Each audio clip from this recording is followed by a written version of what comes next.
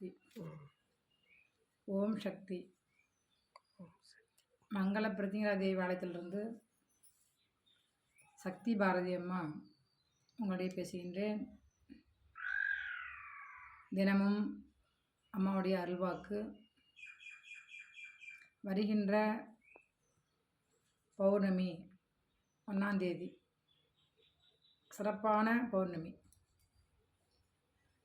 அந்த பௌர்ணமியில் பார்த்தீங்கன்னா அம்பாளுக்கு விசேஷம், முருகனுக்கு விசேஷம். அன்றைக்கி பங்குனி உத்தரம். அந்த பங்குனி உத்தரத்தில் முருகப்பெருமானுக்கு அதிகாலையிலே பாலபிஷேகங்கள், எல்லாவித அபிஷேகங்கள் செய்து சிறப்பு அலங்காரங்கள் செய்து அன்று மங்கள பிரத்திங்கா தேவி ஆலயத்திலே வருகின்ற பக்தர்களுக்கு அனைவருக்குமே அன்னதானம். அது மட்டும் இல்லாமல் அன்று மாலை 6 மணிக்கு தேரிலே பாலமுருகன், சிவசக்தி வேலவன் தேரில் அமர்த்தி 2வது ஆண்டு, நம்ம 2வது ஆண்டு போன ஆண்டு செஞ்சோம், சிறப்பாக செஞ்சோம். அந்த முருகனுடைய செயல்பாடு சிறந்த முறையில் போன ஆண்டு நடந்தது. இந்த ஆண்டும் சிறப்பாக நடக்கணும். முருகப்பெருமானுக்கு மங்கள பிரத்திங்கா தேவி ஆலய பக்தர்கள் அனைவரும் வந்து சிறப்பாக செய்தரணும், தேர இழுக்கணும்.